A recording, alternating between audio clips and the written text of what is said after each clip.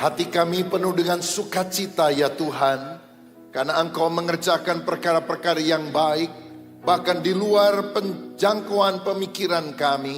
Engkau Allah yang dahsyat, dan kami percaya Engkau akan tetap melakukan perkara-perkara yang luar biasa ketika kami mengikuti pimpinan tiang awan dan tiang api Tuhan yang nyata dari pekerjaan Roh Kudus dalam kehidupan kami dan juga gereja-Mu di tempat ini. Saat ini kami juga mau dibekali oleh kebenaran firman. Biarlah Tuhan akan menjamah hati kami, mencerahkan akal budi kami, sehingga kami memiliki dasar iman yang teguh dan tidak mau digeser dari keyakinan Injil. Karena Injil adalah kekuatan Allah yang menyelamatkan setiap orang yang percaya kepadanya. Pengurapan-Mu atas hamba-Mu dan kami semua, dalam nama Yesus kami berdoa dan bersyukur. Dan semua orang yang percaya berkata, amin. Kita berikan kemuliaan untuk Tuhan Yesus Kristus. Silakan duduk kembali. Selamat pagi Bapak, Ibu dan Saudari yang dikasihi oleh Tuhan Yesus Kristus. Shalom. Senang sekali saya Pendeta Rubin Adi Abraham dan istri saya Lena hari ini bisa hadir kembali di GMS Barat, tapi di gedung yang baru, yang mewah, yang indah, yang luar biasa. Saya percaya ada banyak jemaat sangat ingin sekali punya gedung sebagus ini. Tapi saya percaya kegerakan Allah tidak hanya dibatasi oleh gedung ini saja, tapi akan meluas kemana-mana. Saya juga sangat excited melihat gedung yang baru karena kami di Bandung sedang membangun gedung ibadah yang kelima di Kompleks Sumarekon Bandung, kira-kira 2 hektar tanahnya. Dan kita akan buat bukan hanya gereja tapi semacam theme park, museum kisah Alkitab modern. Dari Kejadian, penciptaan sampai ke Kitab Wahyu sudah dimulai pembangunannya Maret lalu. Struktur untuk gerejanya rencananya akan selesai November.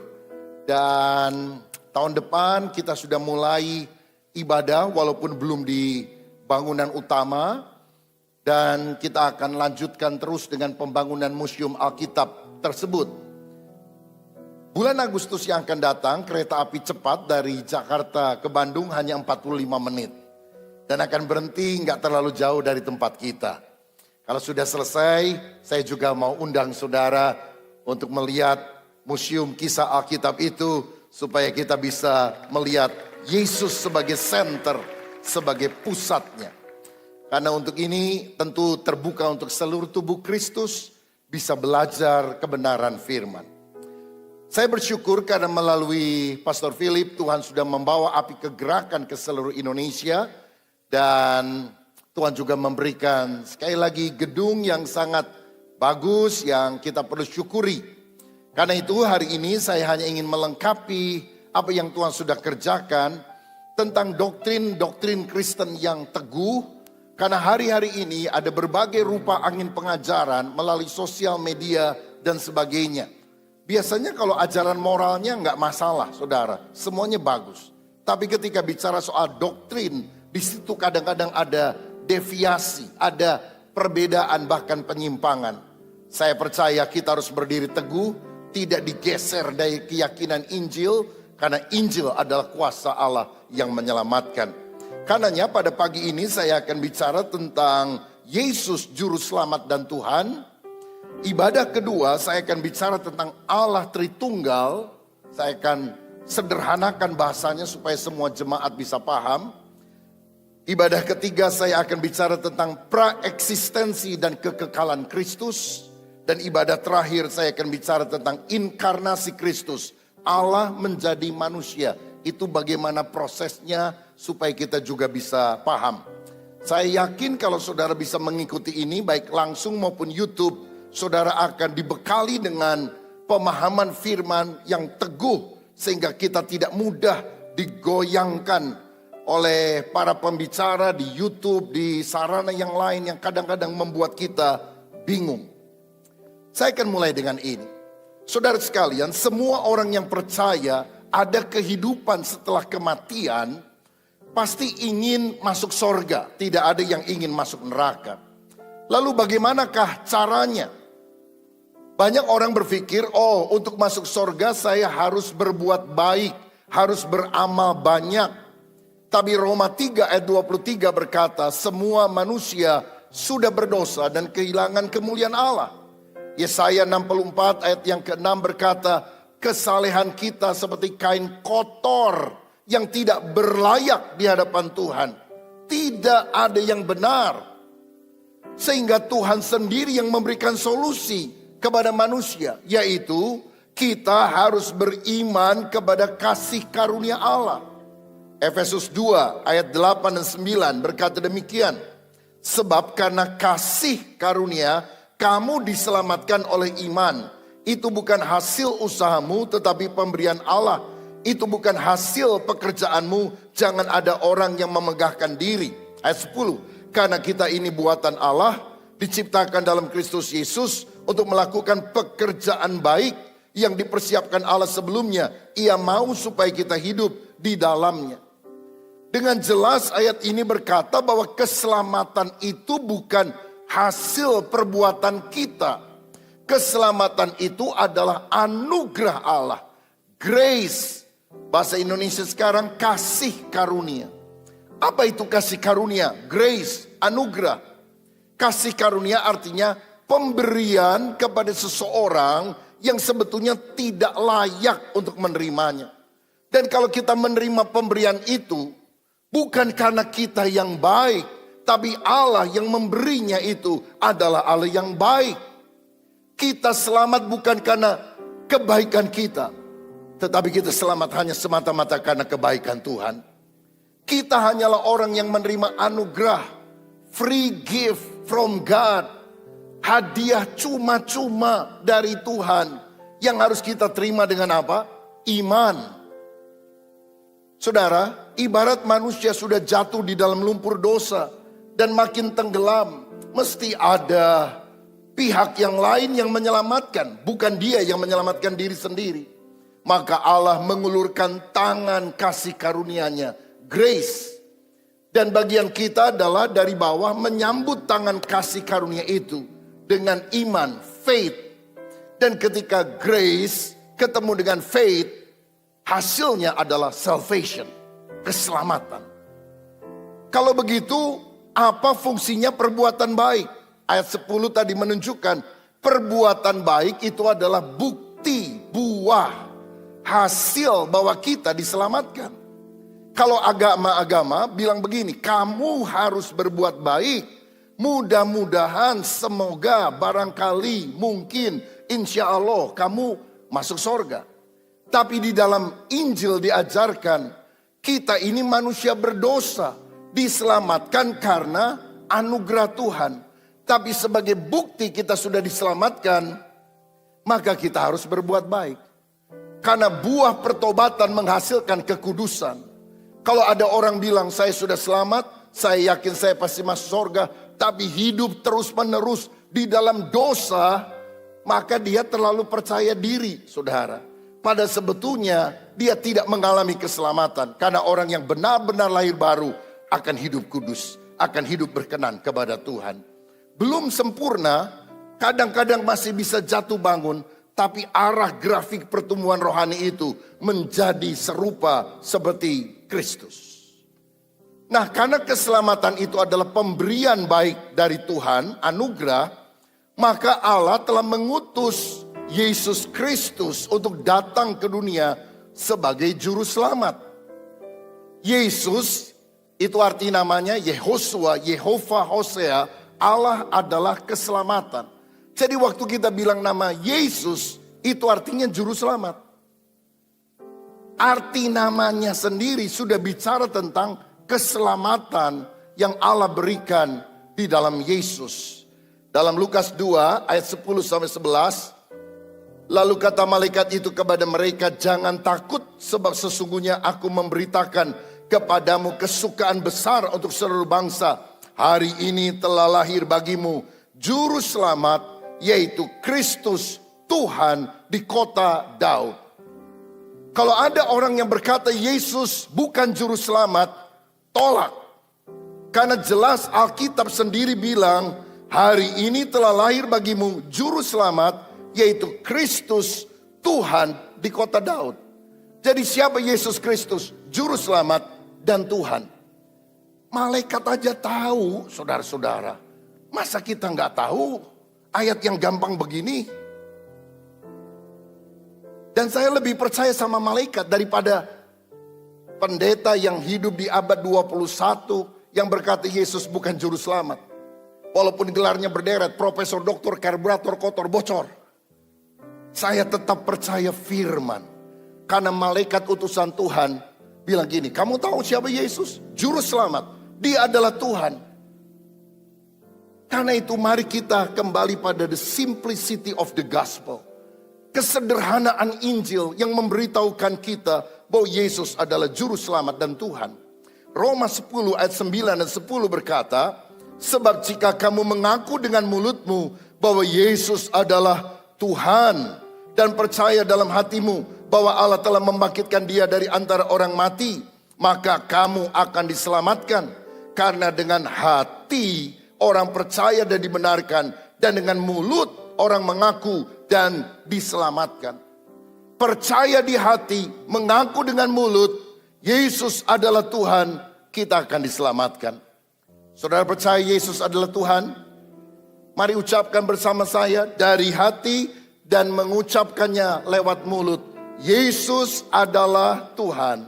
1, 2, 3. Yesus adalah Tuhan. Sekali lagi, Yesus adalah Tuhan. Saudara melihat lewat YouTube, saudara bisa ketik, Yesus adalah Tuhan. Nah, keyakinan bahwa Yesus adalah Tuhan itu hanya bisa dikerjakan oleh Roh Kudus. Dalam 1 Korintus 12 ayat 3 dikatakan demikian. Karena itu aku mau menyatakan, mau meyakinkan kamu bahwa tidak ada seorang pun yang berkata-kata oleh Roh Allah dapat berkata terkutuklah Yesus, dan tidak ada seorang pun yang dapat mengaku Yesus adalah Tuhan selain oleh Roh Kudus. Kalau ada orang bilang Yesus bukan Tuhan, bukan dari Roh Kudus. Karena Alkitab bilang kita bisa mengaku Yesus adalah Tuhan hanya karena pekerjaan Roh Kudus. Roh Kudus itulah yang melahirbarukan kita sehingga kita menjadi orang Kristen sejati. Saudara-saudara, beberapa waktu yang lalu saya ketemu dengan tokoh-tokoh Islam yang cukup terpandang di Indonesia karena rencananya akhir bulan depan kita akan mengadakan satu forum antar agama untuk mempersiapkan pemilihan umum tahun depan kiranya berjalan dengan aman dan tidak ada politik memecah belah. Dan waktu saya ketemu mereka di salah satu rumah untuk persiapan, saya bilang kepada mereka, Bapak Ibu saya ini SMP, SMA, sekolah di sekolah negeri.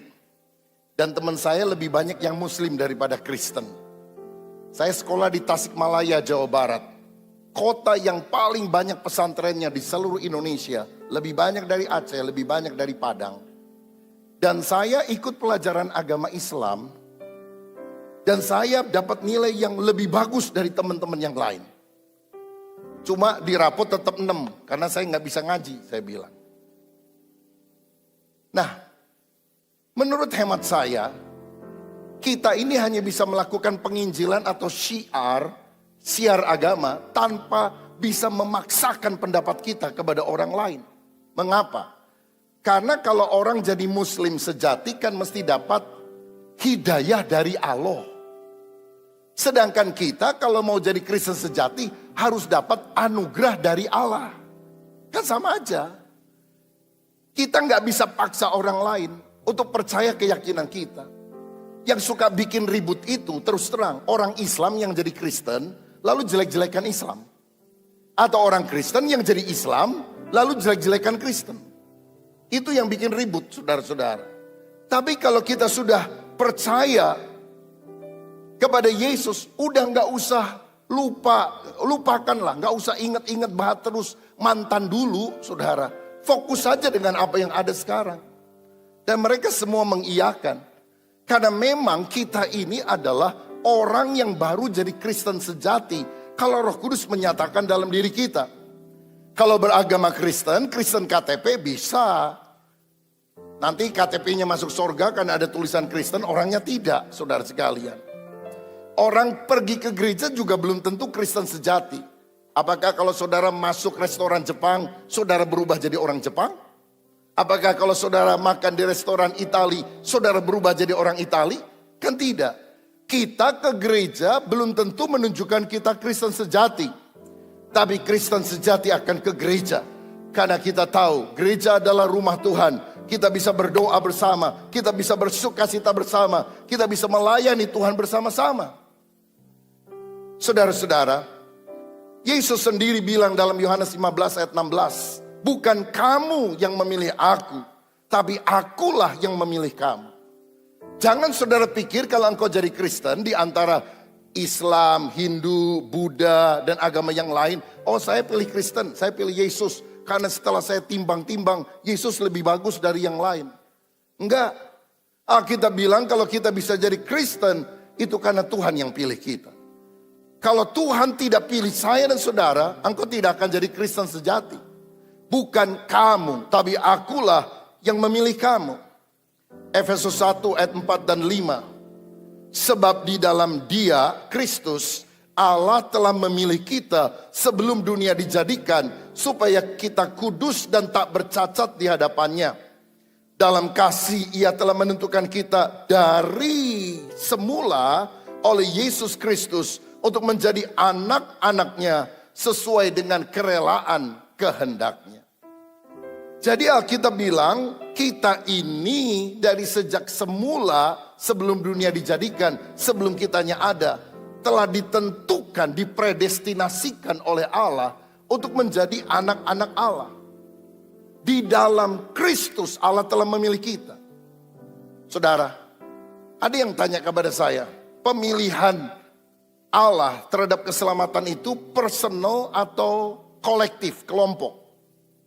Saya bilang kolektif di dalam Kristus, tapi berdampak secara personal kepada pribadi-pribadi yang percaya kepada Dia. Selama kita in Christ, kita pasti akan selamat. Jangan pernah keluar dari kasih karunia. Saya ambil contoh perjanjian lama. Malaikat maut akan membunuh anak sulung. Dan Tuhan bilang, sembelih anak domba, darahnya sapukan di ambang pintu, dan semua keluargamu harus ada di dalam rumah. Dan ketika malaikat maut datang, ketika dia lihat ada darah anak domba di pintu itu, dan semua orang di dalam rumah, Pesah, Passover akan dilewati, nggak akan mati. Pedang Tuhan tidak akan turun ke atasnya. Pertanyaan saya, apakah semua anak Yahudi yang ada dalam rumah itu anak-anak baik dan saleh? Ya atau tidak? Ada anak nakalnya nggak di dalam? Ada. Tapi selama mereka di dalam rumah, mereka tidak akan mati. Ketika mereka walaupun anak sangat taat, baik, nurut, tapi dia keluar rumah, mati.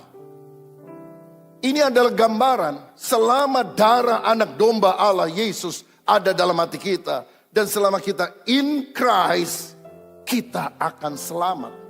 Tapi kalau engkau keluar dari kasih karunia, bergeser dari kebenaran Injil, tidak mengaku Yesus juru selamat dan Tuhan, resiko besar sedang kita hadapi. Karena kita mencoba merasa diri hebat, melangkah keluar rumah, melangkah keluar dari kasih karunia. Tuhan menentukan kita selamat itu kapan? Sejak dunia belum dijadikan. Oh, luar biasa, ini anugerah Tuhan. Kalau nggak dipilih Tuhan, nggak bisa percaya. Saya ingat Pak Yusuf Roni pernah kesaksian begini. Dia dulu waktu muda kan suka ngerusak gereja-gereja di Jawa Barat, saudara. Saya kan tinggal di Jawa Barat. Satu kali dia ambil Alkitab, dia pelajari kesalahan-kesalahannya. Ketemu Yohanes 1 ayat 1 sampai 3 ayat 14. Pada mulanya adalah firman, firman bersama dengan Allah, firman adalah Allah, firman menjadi manusia. Bertobat dia jadi orang Kristen. Apa yang terjadi setelah bertobat? Masuk penjara 6 tahun. Kalau saudara percaya Yesus Tuhan Juru Selamat, haleluya puji Tuhan. Dia percaya Yesus Juru Selamat dan Tuhan, masuk penjara, saudara-saudara. Nah di penjara satu kali ada sipir yang galak. Dia tanya, kamu jadi Kristen katanya karena baca Alkitab. Bagian mana yang membuat kamu jadi Kristen? Nih, dia tunjukkan Alkitabnya. Yohanes 1 ayat 1 sampai 3 dan ayat 14. Itu sipir baca kalimat demi kalimat berkali-kali. Dan dia kasih itu Alkitab, dia bilang, bohong kamu. Kamu bilang kamu baca ayat ini, kamu selamat. Kamu percaya Yesus. Saya baca ayat ini bolak-balik dari tadi. Saya nggak percaya Yesus. Pak Suproni bilang, beda Pak. Saya dipilih Tuhan, jadi baca ayat ini saya selamat. Bapak nggak dipilih Tuhan, jadi baca ayat ini bolak-balik nggak selamat. Ditempeleng dia, saudara sekali. Loh tapi benar loh, kita ini bisa selamat karena Roh Kudus yang menyatakan dalam hati kita, Yesus adalah Tuhan.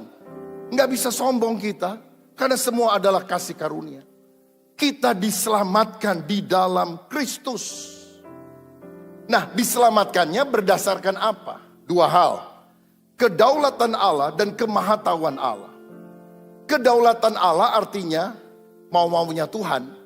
Kalau Tuhan mau pilih si A, si B, si C masuk surga, tapi dia tidak memilih si D, E, F, itu urusan Tuhan. Kehendak Tuhan, tidak ada yang bisa kita bantah dari dia. Itu kedaulatan Tuhan. Tapi saya percaya kedaulatan Tuhan adalah kedaulatan yang penuh dengan kasih. Dan dia menghendaki supaya semua orang diselamatkan, bukan binasa di dalam api neraka. Makanya ketika Tuhan menetapkan si A, si B, si C masuk sorga. Loh gimana kalau gitu? Yang lainnya apa masuk neraka semuanya? Allah juga menetapkan berdasarkan kemahatauannya. Artinya Tuhan tahu misalnya tanggal 17 Agustus tahun 2022 Pastor Philip akan khotbah di sebuah tempat dan ketika altar call si A itu akan datang ke depan menerima Yesus sebagai Tuhan dan Juru Selamat. Nah Tuhan itu kan taunya bukan 17 Agustus 2022. Dia itu punya pengetahuan yang kekal. Ini dunia waktu diciptakan. Allah sudah ada sebelumnya karena dia kekal. Dan di dalam kekekalan dia bisa lihat si A itu membuka hati menerima Yesus sebagai Juru Selamat dan Tuhan ketika khotbah disampaikan. Maka dari sejak semula saudaranya belum ada, saudaranya belum lahir, Tuhan telah menetapkan A selamat. Karena apa? Kemahatauannya. Pertanyaannya mana dulu? Allah menetapkan karena kedaulatan atau kemahatauan? Ini adalah perselisihan teologi yang tidak akan pernah berakhir. Dari kelompok Calvinis sama kelompok Armenian. Mana dulu? Kedaulatan Allah atau kemahatauan Allah? Tapi saudara perlu ingat begini. Kenapa kita selalu berpikir mana dulu? Karena kita adalah manusia yang berada di dalam waktu. Kita diciptakan di dalam time and space, ruang dan waktu. Allah itu di atas waktu. Allah pencipta waktu. Bagi Allah bukan waktu lampau, kini dan yang akan datang. Karena dia tidak merupakan ciptaan yang dibatasi oleh waktu itu. Berarti karena dia di atas waktu, pencipta waktu. Pada saat dia menetapkan orang selamat karena kedaulatannya. Pada saat yang sama dia menetapkan orang karena kemahatauan. Dan sebetulnya dua pandangan teolog besar dalam sejarah, John Calvin dan Yakobus Arminius, bisa disatukan kalau kita melihat kesempurnaan Allah yang menetapkan keselamatan karena kedaulatan Allah sekaligus karena kemahatauan Allah. Saudara percaya enggak saudara pasti selamat? Kenapa saudara percaya? Karena kita adalah orang yang dipilih. Dari mana kita tahu kita dipilih? Karena kita yakin Yesus adalah Tuhan. Saudara-saudara, inilah anugerah Tuhan yang luar biasa yang menyelamatkan kita. Nah, Yesus sendiri berkata dalam Yohanes 14 ayat 1, janganlah gelisah hatimu, percayalah kepada Allah, percayalah juga kepadaku. Jadi waktu kita percaya Allah, kita percaya kepada Yesus. Atau sebaliknya, waktu kita percaya kepada Yesus, pada hakikatnya kita sudah percaya kepada Allah. Tidak ada seorang pun yang melihat Allah, tapi anak tunggal Bapa yang di pangkuannya Yesus Kristus, dialah yang menyatakannya. Melihat Yesus sama dengan melihat Allah, karena dia turun dalam rupa Allah. Saudara-saudara, Yohanes 10 ayat 30, Yesus berkata, aku dan Bapa adalah satu. Satu apanya? Bukan cuma satu pikirannya, satu visinya, satu hakikatnya. Percaya Yesus sama dengan percaya kepada Allah. Sekarang saya akan ajak saudara melihat beberapa ayat yang membuktikan Yesus adalah Tuhan. Karena di luar sana kan banyak orang bilang gini, saya percaya orang Kristen itu banyak yang baik, cuma satu kekurangannya. Kenapa mereka menganggap manusia biasa namanya Yesus kok dianggap jadi Tuhan? Mana ada manusia yang jadi Tuhan? Saya juga nggak percaya. Tapi kalau Tuhan jadi manusia itu ada. Namanya adalah Yesus. Karena Tuhan Maha Kuasa. Dia mau jadi apa saja bisa. Yang pertama Yohanes 8 ayat 58. Kata Yesus kepada mereka, sebelum Abraham jadi, aku telah ada. Yesus lahir di dunia kira-kira 2000 tahun yang lampau. Abraham lahir di dunia kira-kira 2000 tahun sebelum Yesus. Jadi Abraham kan lebih tua dari Yesus. Dan orang Yahudi marah karena Yesus bilang, sebelum Abraham ada, aku sudah ada. Dia bilang, kamu baru lahir kemarin sore bilang, bapak kita Abraham lebih muda daripada kamu, yang benar aja. Tapi sebetulnya Yesus tidak berbohong. Karena dia mau bicara, dia punya praeksistensi. Nanti jam 1 saya akan jelaskan tentang hal itu. Kita baru eksis, baru ada waktu kita lahir. Tetapi Yesus ketika dia lahir di Bethlehem, bukan baru ada. Dia sudah ada dari sejak kekal. Sehingga dia tidak berdusta ketika dia berkata, sebelum Abraham ada, aku ada. Dan kata aku ada, I am that I am, aku adalah aku. Itu terambil dari Kejadian 3 ayat 14 ketika Allah memperkenalkan dirinya kepada Musa dan berkata, Ehyeh Asher Ehyeh. Yang kemudian menjadi tetragramaton, YHWH, Yahweh. Jadi waktu Yesus berkata, aku ada, itu adalah ucapan yang sama. Kamu harus tahu siapa aku? Aku adalah YHWH. Yang pernah memperkenalkan diri kepada Musa. Sekarang aku datang kepadamu. Dengan demikian Yesus menyatakan dirinya sebagai Allah. Yesus menyatakan dia kekal. Mika 5 ayat 1 berkata demikian. Tetapi engkau, hai Bethlehem Efrata, hai yang terkecil di antara kaum-kaum Yehuda, daripadamu akan bangkit bagiku seorang yang akan memerintah Israel, yang permulaannya sudah sejak purbakala, sejak dahulu kala. Dalam terjemahan bahasa Inggris bukan hanya sejak dahulu kala atau sejak purbakala, tetapi from everlasting, from the days of eternity, dari sejak kekal. Kalau Yesus sudah ada dari kekal, mana mungkin dia manusia? Dia pasti adalah Tuhan. Dia adalah Allah yang kita sembah. Yang kedua, Yohanes 1 ayat 1 sampai 3. Pada mulanya adalah firman. Firman itu bersama-sama dengan Allah. Dan firman itu adalah apa? Allah. Ia pada mulanya bersama-sama Allah. Segala sesuatu dijadikan oleh dia. Dan tanpa dia tidak ada sesuatu pun yang telah dijadikan dari segala yang telah dijadikan. Pada mulanya adalah firman. Firman itu bersama-sama dengan Allah. Dan firman, sabda, kalam, perkataan itu adalah Allah. Kalau saudara belum kenal saya, belum lihat wajah saya, tidak pernah saya lihat saya khotbah di YouTube misalnya. Tapi saudara satu kali dapat nomor handphone saya, lalu menghubungi audio call, bukan video call. Saya angkat, halo, saudara bilang, ini dengan Pak Rubin Adia. Lalu saya jawab, bukan. Oh bukan ya, salah sambung.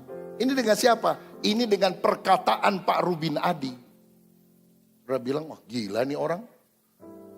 Loh yang benar yang mana saudara?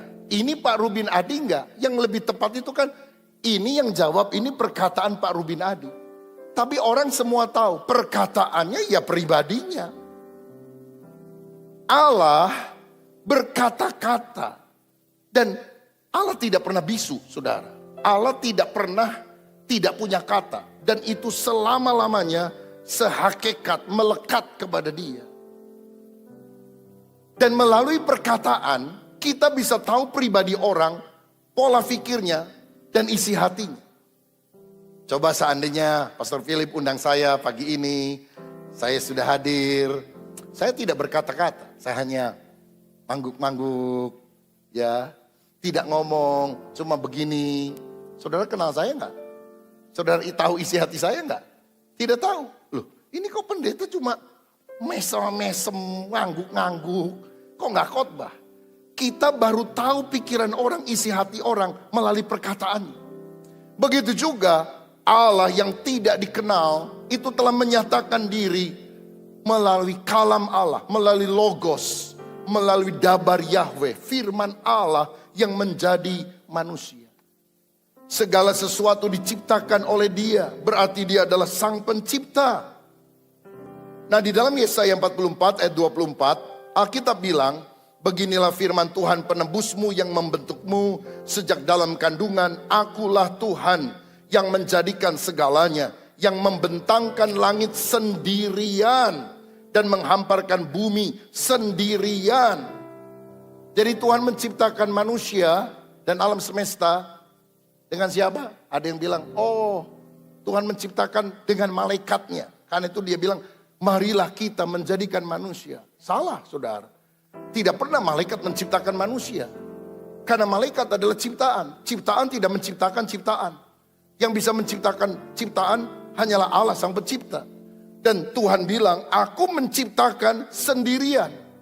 Tapi kenapa Yohanes 1 ayat 3 tadi berkata, segala sesuatu dijadikan oleh Kristus. Berarti ada dua dong. Ada Allah yang menciptakan sendirian, tapi ada Kristus yang juga ikut mencipta. Nah jelas, pemikiran seperti ini tidak benar. Yang benar adalah karena Allah bilang dia menciptakan sendirian. Dan Yohanes bilang Kristus menciptakan, berarti Kristus adalah Allah. Yesus adalah Yahweh. Yesus adalah Tuhan.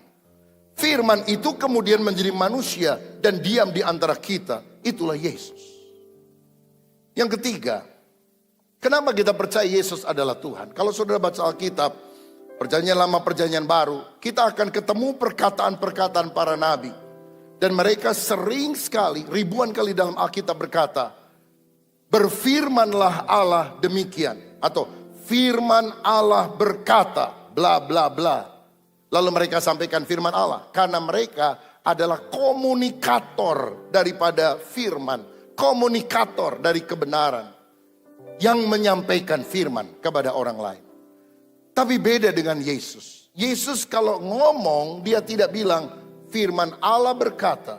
Tapi dia bilang aku berkata kepadamu. Kenapa? Karena dia adalah originator firman. Dia sang firman, dia sang kebenaran. Dia bukan cuma penyambung lidah. Dia adalah kebenaran itu sendiri, firman itu sendiri yang diucapkan kepada manusia. Misalnya dalam Matius 5 ayat 38, kamu telah mendengar firman, mata ganti mata, gigi ganti gigi. Tetapi aku berkata kepadamu, jangan berbuat jahat, siapa tampar pipi kanan, pipi kiri kasih kepadanya pipi kanan. Ayat 43, kamu telah mendengar firman, kasihlah sesamamu, manusia, bencilah musuhmu. Tetapi aku berkata kepadamu, kasihlah musuhmu, berdoalah bagi mereka yang menganiaya kamu. Pertanyaannya begini, firman Tuhan bilang gini, aku bilang gini. Loh, kalau dia itu manusia biasa, siapa dia? Kok berani menantang Tuhan dan firman-Nya? Firman ngomong begini, mata ganti mata, gigi ganti gigi. Aku berkata kepadamu, kasihilah musuhmu. Saudara-saudara, jika Yesus cuma manusia biasa, ini perkataan paling kurang ajar. Karena dia berani membatalkan firman Tuhan. Tetapi kalau kita mengakui Yesus adalah Allah itu sendiri yang telah berfirman bahkan dari sejak perjanjian lama, dari sejak awal, kita bisa menerima.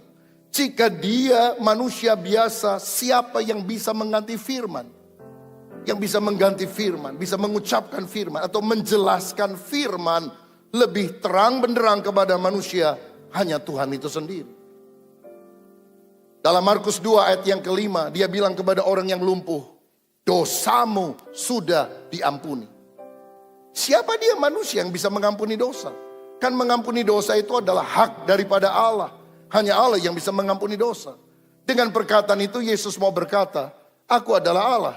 Karena aku mengerjakan apa yang Allah kerjakan melalui hidupku. Dalam Yohanes 10 ayat 32, ayat 33, Yesus pernah ngomong kepada orang Yahudi yang membencinya. Ada banyak pekerjaan baik yang aku lakukan. Pekerjaan yang mana yang membuat kamu ingin melempari aku dengan batu? Dan orang Yahudi bilang, bukan karena pekerjaan baik itu. Tapi karena kamu sekalipun manusia menyamakan dirimu seperti Allah. Dan saudara-saudara, mengapa Yesus disalib dari pihak orang Yahudi? Karena ini syirik. Manusia ingin menyamakan diri sebagai Allah. Tetapi kalau kita lihat ayat-ayat firman, dia bukan manusia yang ingin menjadi Allah. Dia Allah yang merendahkan diri menjadi manusia. Nanti dalam ibadah 4 saya akan kupas itu. Nah saudara, Yohanes 20 mencatat ketika Yesus bangkit dari antara orang mati, dia menampakkan diri kepada para murid, murid percaya kepadanya. Karena kalau bukan Tuhan tidak ada yang bangkit dari antara orang mati. Dan Thomas tidak percaya kepada dia. Dia bilang sebelum aku melihat langsung, mencucukkan jari, aku tidak percaya. 8 hari kemudian Yesus datang dalam ruangan yang terkunci. Bluk. Langsung dia berkata, damai sejahtera bagimu. Peace be unto you. Bahasa Ibraninya apa? Shalom aleihim. Havenu shalom aleihim. Bahasa Arabnya apa? Assalamualaikum. Saudara-saudara. Dan ketika dia menyampaikan salam, semua murid kaget. Dan kemudian melihat Yesus yang bangkit berdiri di depannya. Thomas tersungkur dan berkata, ya Tuhanku dan Allahku. Oh my Lord and my God. Ini adalah pengakuan Thomas tentang siapa Yesus. Bukan cuma manusia biasa, nabi. Tapi dia adalah Tuhan dan Allah. Dan Yesus tidak pernah menolak perkataan itu. Kalau dia bukan Tuhan, dia bukan Allah, dia bilang, Thomas jangan ngomong gitu. Saya cuma nabi kamu, cuma guru kamu. Tapi aku bukan Tuhan. Tapi dia tidak pernah menolak. Karena dia memang adalah Tuhan dan Allah. Nah ada orang bilang gini, sebetulnya Thomas tidak mengakui Yesus sebagai Tuhan dan Allah. Dia cuma kaget aja. Dan dia bilang, oh my God, kira-kira seperti itu. Kaget.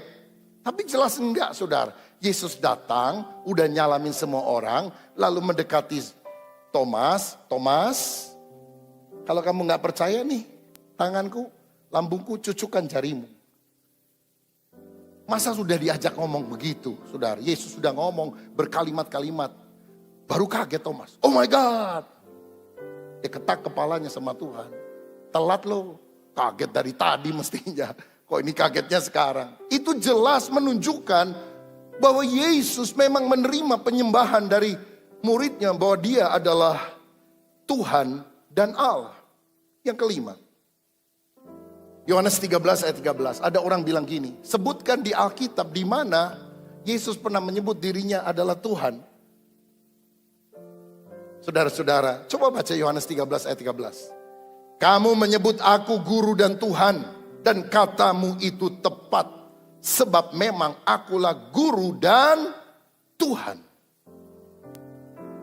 Apakah Yesus pernah berkata bahwa dia adalah guru dan Tuhan? Ya, Yohanes 13 ayat 13. Akulah guru dan Tuhan. Berarti Yesus mengakui dirinya adalah Tuhan. Nah memang ada orang bilang gini, oh ini salah terjemahan. Mestinya adalah guru dan tuan. Master, Lord, L kecil. Bukan Lord dengan L besar, Tuhan. Mestinya diterjemahkan Tuhan. Ya bisa saja orang berpikir seperti itu. Tapi coba kita lihat Filipi 2 ayat 6 sampai 11. Yang berkata demikian. Yesus yang walaupun dalam rupa Allah tidak menganggap kesetaraan dengan Allah itu sebagai milik yang harus dipertahankan. Jadi Yesus setara, sederajat dengan Allah. Tapi dia mengosongkan diri menjadi manusia.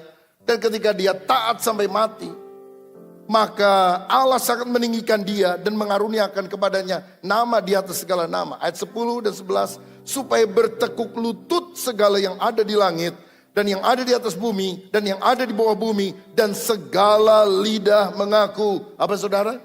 Yesus Kristus adalah Tuhan. Bukan cuma Tuhan. Bukan cuma bos. Yesus Kristus adalah Tuhan. Akulah guru dan Tuhan. Dan apa yang kamu katakan memang benar.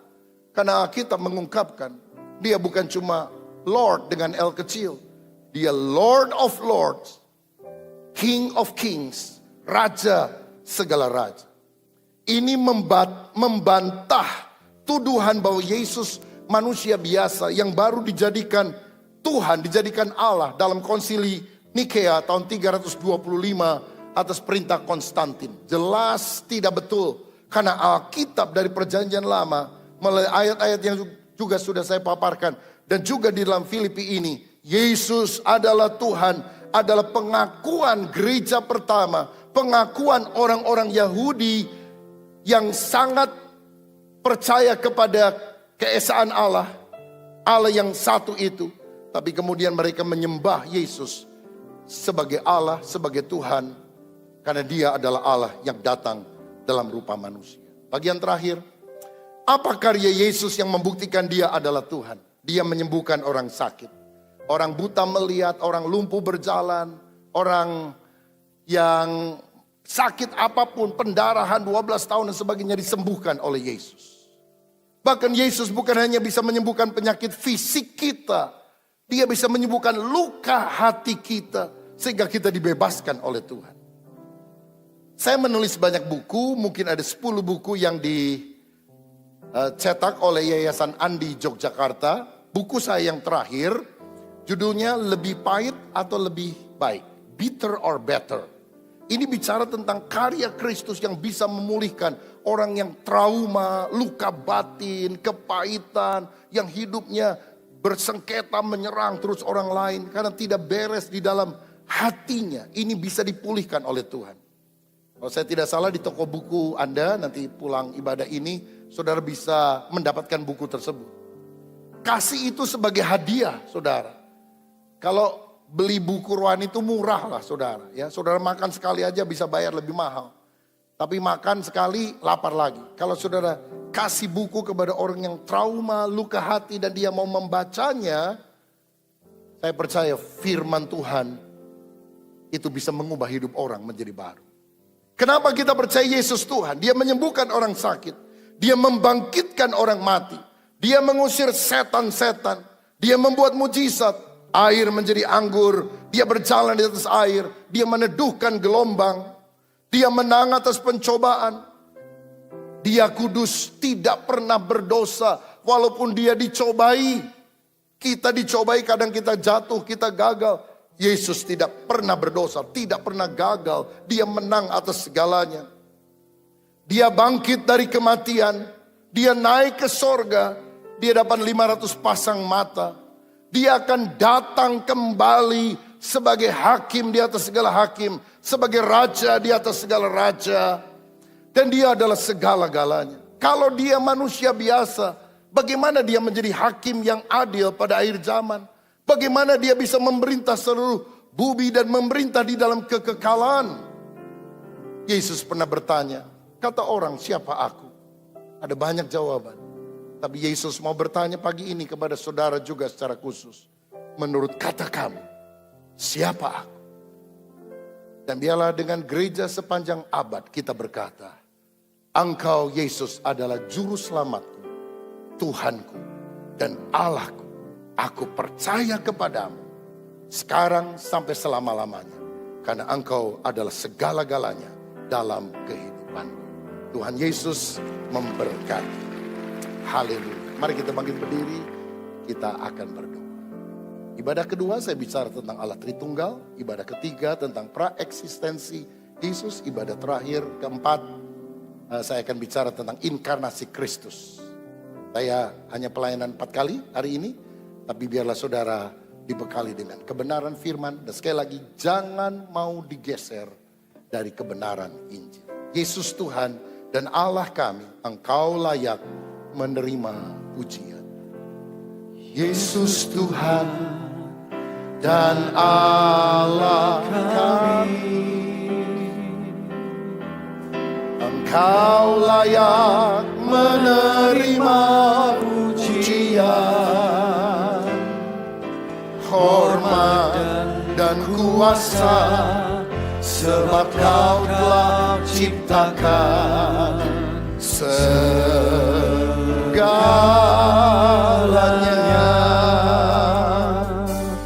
Oleh karena kehendak-Mu, semuanya itu telah ada. Semuanya itu telah ada dan diciptakan untuk kemuliaan-Mu. Terpujilah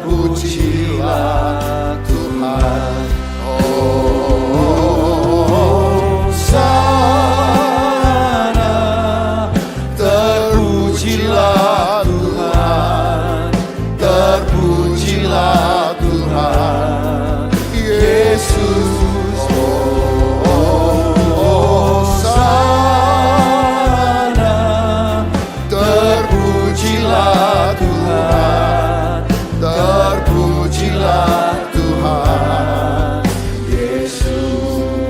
Katakan dari awal, siapa Yesus bagi hidup saudara?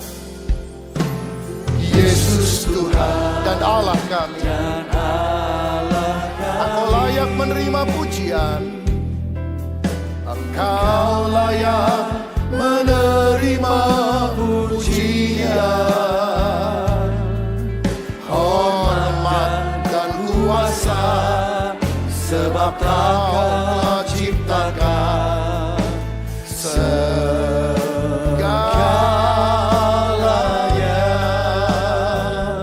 Oleh karena kehendak-Mu, semuanya itu telah ada. Semuanya itu telah ada dan diciptakan untuk apa? Untuk kemuliaan. Terpujilah Yesus yang adalah Tuhan. Pujilah Tuhan. Hosana, terpujilah Tuhan, terpujilah Tuhan Yesus. Hosana, terpujilah Tuhan, terpujilah Tuhan Yesus. Saudara, mari kita mengaku karena kita percaya Yesus juru selamat, Yesus Tuhan, Yesus adalah Allah. Ketika ada orang yang berani berkata Yesus bukan juru selamat, bukan Tuhan, bukan Allah, kita seharusnya marah. Karena ini sangat menentang kebenaran firman. Ajaran moral boleh baik, tapi ketika menggugat Yesus bukan Tuhan, bukan Allah, bukan juru selamat, itu membongkar fondasi kekristenan. Kenapa kita percaya kepada Yesus? Karena Dia adalah Tuhan, Dia adalah Allah, Dia adalah juru selamat. Kalau Dia bukan cuma manusia, mengapa kita harus percaya kepada Yesus? Sampai kita mati, kita akan tetap bilang Yesus adalah juru selamat. Semua murid Yesus kebanyakan mati dibunuh, para martir mati dibunuh karena pengakuan ini. Yesus adalah Tuhan. Yesus adalah Kurios. Yesus adalah Juru Selamat. Jangan pernah dengar dan percaya pada orang-orang yang bilang Yesus bukan Juru Selamat, Yesus bukan Tuhan. Ini sudah sangat keterlaluan, sangat menyimpang. Dan sebagai gereja Tuhan, kita harus berdiri di dalam kebenaran, tidak mau digeser dari firman Tuhan. Sekali lagi, kita nyanyikan lagu ini. Oh, sana terpujilah Tuhan, terpujilah Tuhan Yesus. Oh, sana terpujilah Tuhan, terpujilah Tuhan Yesus. Oh, sana terpujilah Tuhan, terpujilah Tuhan Yesus. Oh, sana terpujilah Tuhan, terpujilah Tuhan Yesus. Apa yang kita dengarkan pagi hari ini sangat penting untuk fondasi iman kita. Dunia ini semakin jahat, kebenaran semakin dikompromikan. Saya bersyukur Pak Rubin Adi hari ini mengokohkan kembali fondasi yang sudah menjadi pegangan iman GMS yang kita gembalakan. Saya percaya Tuhan Yesus mengokohkan iman setiap kita. Jangan sampai ada yang kecolongan, tercuri di akhir zaman. Kita beribadah, bergereja juga karena fondasi itu. Karena kita yakin Yesus adalah Tuhan. Kalau enggak, semua ibadah kita ini sia-sia. Sebagai gembala sidang, saya rindu selalu melihat setiap orang setia pada pengakuan imannya. Sampai nanti, sampai mati, sampai Tuhan datang kembali, satu persatu nanti akhirnya ditemukan dalam rumah Tuhan, rumah Allah, rumah Bapa yang bakah. Tidak ada satu pun yang binasa. Saya ingin sekali di akhir ibadah ini membuka kesempatan. Satu orang pun saya tunggu. Kalau Anda tidak pernah mengaku Yesus sebagai Tuhan, tapi selama ini Kristennya hanya ikut-ikutan. Nggak peduli usianya berapa, kalau ada di antara kita, selama ini ke gereja, tapi tidak pernah sama sekali mengundang Yesus dalam hidupnya. Dengar sih dengar firman, ikut sih ikut, bahkan mungkin pelayanan, tetapi nggak pernah sungguhan mengundang Tuhan dalam dirinya, alias tidak pernah lahir baru. Kalau itu adalah Anda hari ini, dan juga yang online termasuk, Anda yang di sini bisa maju ke depan, kita nyanyi lagu ini sekali lagi. Dan jikalau Anda sudah pernah menerima Tuhan, tapi nggak pernah berdiri teguh, mengikuti firman amanat agung itu. Pergilah jadikan semua bangsa muridku, baptiskan mereka dalam nama Bapa, Putra, Roh Kudus. Dan firman Tuhan di Markus 16 berkata demikian, beritakan Injil kepada segala makhluk, barang siapa yang percaya dan dibaptis akan diselamatkan. Memang baptisan tidak menyelamatkan, iman pada Tuhan. Penyamun di samping Yesus Kristus, mati tidak dibaptis, tapi hari itu ke Firdaus. Kita jangan ikut-ikutan, kecuali kita juga mau disalib di sebelah kanan atau kirinya. Kalau kita masih bisa turun, kita nggak disalib, maksudnya kita masih bisa berjalan. Hendaklah kita melakukan kehendak Tuhan dengan sengaja. Firman Tuhan berkata, percayalah dan berilah dirimu dibaptis di dalam nama Yesus. Saya percaya hari ini juga, jikalau Anda belum dibaptis, saya mau tantang Anda maju ke sini, ke depan sini. Aku mau dibaptis. GMS yang saya gembalakan percaya baptisan selam. Sebagai pengakuan iman kita bahwa kita sudah diselamatkan. Dan di dalam gereja kita yang tercinta, baptisan itu langsung. Baptisan itu upon conviction pada saat seorang diinsyafkan. Tapi nanti pada waktu kita mau betul-betul bertumbuh, ya kita ikut kelasnya, sertifikat baptisan akan diberikan. Tidak gampang jadi member di gereja ini. Tidak gampang. Semua itu harus dimulai dari bawah. Tetapi saya tidak mau kita merintangi orang untuk dibaptis ketika dia percaya. Nama saya Philip, di Alkitab ada seorang namanya Filipus yang ditanyai oleh seorang sida-sida. Bolehkah saya dibaptis? Tidak ada rintangan, di situ ada air. Ayo kita baptis, di situ airnya. Di ruang kaca itu, ruang baptisan kita. segera berikan dirimu dibaptis. Kalau Anda belum menerima Yesus sebagai Tuhan dan Juru Selamat, belum pernah sungguh-sungguh mengundang Dia sekalipun sudah umur 40-50, gak peduli usianya, hari ini usia lahir barumu dimulai. Dan kalau Anda sudah menerima Yesus tapi menunda-nunda mengulur-ngulur baptisan itu, saya undang Anda maju waktu kita nyanyikan lagu. Satu orang pun saya akan tunggu. Yesus Tuhan dan Allah kami, maju ke depan kalau Anda belum.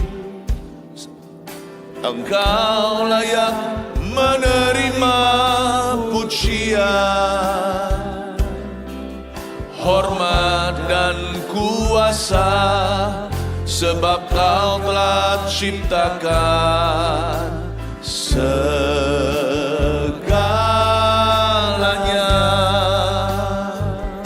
Oleh karena kehendak-Mu, semuanya itu telah ada dan diciptakan untuk kemuliaan-Mu. Terpujilah Tuhan. Oh, sana terpujilah Tuhan, terpujilah Tuhan Yesus. Oh, sana terpujilah Tuhan, terpujilah Tuhan Yesus. Orang Indonesia kadang-kadang malu-malu, sangat normal itu. Mari kita bantu. Saya minta kepada setiap jemaat yang setia bisa tanya pada orang kanan kirinya, keluarga atau bukan, bisa tanya seperti ini, sudahkah Anda diselamatkan? Dan pertanyaan kedua yang Anda bisa tanyakan pada orang kiri kanan adalah, sudah dibaptis belum? Kalau ada yang tidak bisa menjawabnya, ragu atau gimana, please jangan ada satu orang pun berbohong waktu memberikan jawabannya. Anda berkata, ayo tak barengin, aku barengin, saya temenin maju ke depan, saya antar sampai depan situ nanti. Saya tunggu. Karena orang Indonesia notabene seringkali malu-malu. Kalau memang itu kondisinya, ya kita bantu. Ya, karena di sini Alkitab mengatakan, grab those, rampaslah mereka dari api. Kita harus berbuat sesuatu. Coba tanya orang kanan kirinya, sudahkah diselamatkan? Iya, puji Tuhan. Sudah dibaptis belum? Sudah ya? Kalau ada yang menjawab belum tadi, angkat tangan bisa diantar. Itu ada satu di situ ya, betul ya. Ayo bawa maju ke sini yuk. Haleluya, kasih tepuk tangan ya. Iya betul ya, yang ini ya. Udah. Oh ternyata sudah, saya salah paham. Ada lagi? Ada nggak? Kalau ada, angkat tangan. Nggak boleh ada satu pun domba tersesat pulang ke rumah. Datang ke gereja harus berubah. Ada? Sudah semua berarti ya? Puji Tuhan ya, 100% ya jemaat kebaktian satu ini. Berarti kita punya tugas baru. Saya ubah sekarang. Berarti kursi kosong ini kita harus bawa jiwa. Gak bisa kita itu 99 asiknya rame-rame. Nanti Tuhan tinggalkan kita. Kita gak mau jadi gereja yang ditinggalkan sama Tuhan Yesus. Tuhannya jalan di luar sana, kita beribadah. Kecuali kalau kita mencari jiwa, maka Tuhan ada di gereja kita. Remember, Tuhan meninggalkan 99 itu yang pesta rohani. Tuhan cari yang satu. Lalu ngapain ini kursi-kursi? Kalau bukan untuk jiwa-jiwa yang harusnya datang ke sini. Hari Minggu ngapain mereka? Nonton tinju? Nonton YouTube yang lain? Atau mereka cuma tidur sampai siang? Padahal mereka bangunnya pagi-pagi, apalagi yang berusia. I think mereka seharusnya datang ke gereja. Saya ajak kita semuanya ulurkan tangan sekarang. Ya ibadah satu, memang masih pagi kan?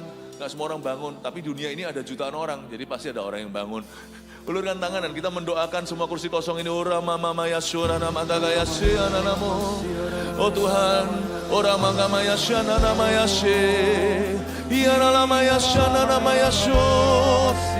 Haleluya, namanya sana nama. Kami berdoa, kursi kosong ini waktu kami doakan, kami biarkan setiap hati tergerak untuk membawa jiwa minggu depan.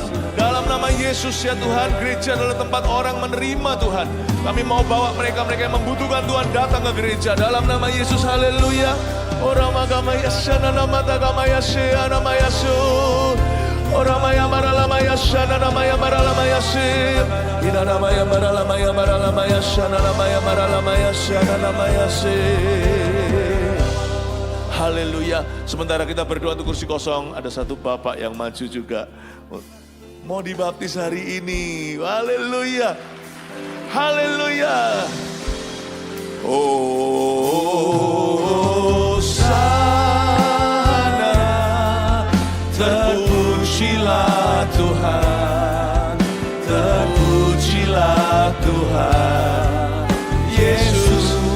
Oh sana, terpujilah Tuhan, terpujilah Tuhan Yesus. Terpujilah Tuhan, terpujilah Tuhan Yesus. Terpujilah Tuhan, terpujilah Tuhan Yesus. Berikan tepuk tangan bagi Tuhan. Praise the Lord. Ulurkan tangan ke depan untuk dua Bapak yang ada di depan. Bapak, dalam nama Yesus, kuasa Roh Kudus-Mu yang bekerja hari ini, terima kasih mereka yang memberikan diri. Setiap jiwa berharga, Kau ingatkan kami bahwa Tuhan ini tugas kami, yaitu membawa jiwa-jiwa yang membutuhkan Tuhan, Kristen atau bukan, ke dalam gereja. Terima kasih Tuhan Yesus, urapi ya Tuhan Yesus keputusan mereka, khususnya yang mau dibaptis pada pagi hari ini di dalam nama Yesus. Haleluya, amin. Bapak-bapak bisa kembali ke tempat duduk, nanti diantarkan. Berikan tepuk tangan buat Tuhan sekali lagi, haleluya.